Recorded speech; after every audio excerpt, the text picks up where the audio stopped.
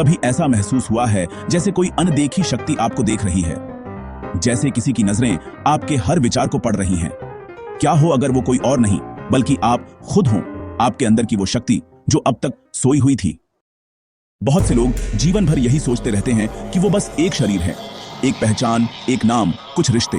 लेकिन सच्चाई ये है कि हमारे भीतर एक ऐसा संसार छुपा है जो हमें इस भौतिक जगत से परे की दुनिया से जोड़ता है।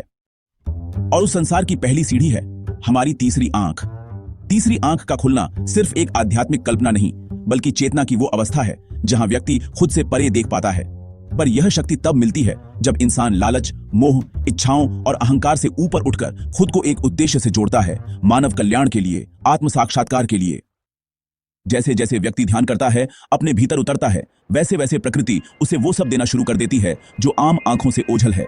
यह शक्तियां चमत्कार लग सकती हैं, पर इनका आधार सिर्फ एक है, संकल्प और निस्वार्थता।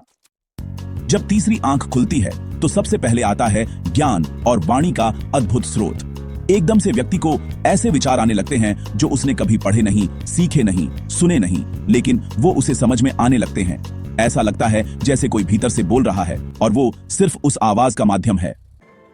वो बिना तैयारी के किसी भी विषय पर लिख या बोल सकता है और उसका ज्ञान दूसरों के मन को छूता है। फिर आती है पूर्वाभास की शक्ति, यानी भविष्य में होने वाली घटनाओं की झलक मिलना। कई बार हम अचानक किसी दुर्घटना, खुशी या मुलाकात का एहसास पहले से कर लेते हैं। लेकिन इस शक्ति का अर्थ ये नहीं कि हम भविष्य को बदल सकते हैं। इसका अर्थ ये है कि हमें चेतावनी मिल रही है, हमें ध्यान देना है।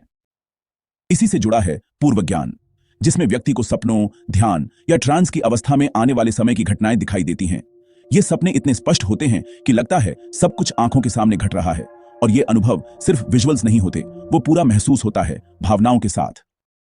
लेकिन यहां पर ही बात खत्म नहीं होती। जैसे जैसे व्यक्ति की ऊर्जा शुद्ध होती जाती है, उसे विभिन्न रहस्यमयी विद्याएं प्राप्त होने लगती हैं, जैसे ज्योतिष विद्या, जिसमें ग्रह नक्षत्रों को देखकर इंसान के जीवन का नक्शा समझा जा सकता है, या हस्तरेखा विद्या, जहां हथेली की लकीरें भविष्य की कहानी कहती हैं। फिर है अंक ज्योतिष, जहां किसी के नाम या जन्म तिथि से उसके जीवन की दिशा को समझा जा सकता है। और सबसे गहन टेलीपैथी, जहां बिना कुछ कहे एक विचार मीलों दूर तक महसूस कराया जा सकता है। ऐसा तब होता है जब मन विचारों के बोझ से मुक्त हो, शांत हो, रिसेप्टिव हो। लेकिन इसके बाद जो आता है वो आपको चौंका सकता है। दिव्य दृष्टि, अपनी आंखों से नहीं परंतु अपने चित्त से वो देखना जो मीलों दूर हो रहा है। और दिव्य श्रवण, वो आवाजें सुनना जो सामान्य कान नहीं पकड़ सकते, जैसे किसी आत्मा की पुकार या ईश्वरीय संदेश। और यही शक्तियां फिर खुलती हैं reiki crystal healing psychometric touch, जिसमें व्यक्ति किसी वस्तु या शरीर को छूकर उसके इतिहास, उसकी ऊर्जा या उसमें मौजूद समस्याओं को जान सकता है।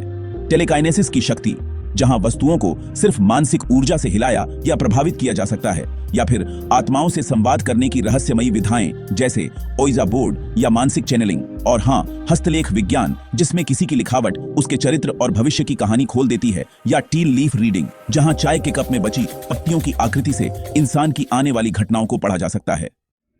अब आप सोच रहे होंगे, ये सब सुनने में फिल्म जैसा लगता है, लेकिन एक बार उस शांति, उस गहराई को महसूस कर लिया जो ध्यान से मिलती है, तो समझ में आता है कि ये शक्तियां हमारे बाहर नहीं, हमारे भीतर ही हमेशा से मौजूद थीं।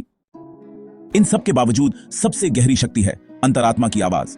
वो आवाज जो बहुत धीरे बोलती है लेकिन बहुत साफ सुनाई देती है। जब हम शोर से दूर चले जाएं, ध्यान करने वाले व्यक्ति को वो स्पष्ट मार्गदर्शन मिलना शुरू हो जाता है, जैसे कोई भीतर से कहता है, ये मत कर, यहीं रुक जा, अब यही समय है आगे बढ़ने का। और जब यह आवाज सच्ची हो जाती है, तब आपको बाहर किसी गुरु, किसी सलाह की जरूरत नहीं पड़ती। आपकी अंतरात्मा ही आपका मार्गदर्शक बन जाती है। लेकिन क्या आप जानते हैं कि ये सब किसी को भी नहीं मिलती? प्रकृति ये सब सिर्फ उसी को देती है जिसकी नीयत साफ हो, जो अपनी शक्तियों का उपयोग केवल खुद के लिए नहीं बल्कि मानवता की सेवा, सत्य की खोज और आत्मा के जागरण के लिए करता हो। जब कोई व्यक्ति अपने भीतर यह निश्चय करता है कि उसका जीवन सिर्फ अपने लिए नहीं बल्कि दूसरों की सेवा के लिए है, तब सारा ब्रह्मांड उसकी सहायता के लिए लग जाता है। अदृश्य आत्माएं, देवता, आशे और शुभ शक्तियां उसके मार्ग को रोशन करने लगती हैं। और ये शक्तियां कब आएंगी, ये तय होता है उस क्षण जब व्यक्ति ध्यान में डूबा होता है, किसी साधारण काम के दौरान, जब उसका मन पूरी तरह शांत होता है, क्योंकि शक्ति वहीं उतरती है जहां विचार नहीं होते। लेकिन असली सवाल यह नहीं है कि हमें ये शक्तियां कब मिलेंगी। असली सवाल यह है कि जब ये मिल जाएं, तब हम क्या करेंगे? क्या हम इसमें घमंड पालेंगे या अपने भीतर और भी विनम्रता लाकर और अधिक ध्यान में उतरेंगे। यह एक परीक्षा है। ये सिद्धियां, ये शक्तियां, ये परमात्मा की ओर से एक उपहार नहीं बल्कि एक जिम्मेदारी है। ये प्रमाण है कि आत्मा और ईश्वर का अस्तित्व केवल विश्वास की चीज नहीं बल्कि अनुभूति की सच्चाई है। अब आपको तय करना है, क्या आप अपने भीतर उस शक्ति को जगह देंगे जो सब कुछ बदल सकती है। अगर ये शब्द आपके भीतर कोई हलचल ले आए हों, अगर आपने महसूस किया हो कि आपको भी कभी किसी ऊर्जा ने छुआ है, किसी रहस्य ने बुलाया है, तो आज से ध्यान की उस राह पर चलना शुरू कर दीजिए जहां अंत में सिर्फ एक चीज मिलती है, स्वयं से साक्षात्कार। क्योंकि जिस दिन आपकी तीसरी आंख खुल गई, उस दिन से आपको इस दुनिया में देखने के लिए आंखों की जरूरत नहीं रहेगी। तब आप आत्मा से देखेंगे और तब आप वास्तव में जाग जाएंगे।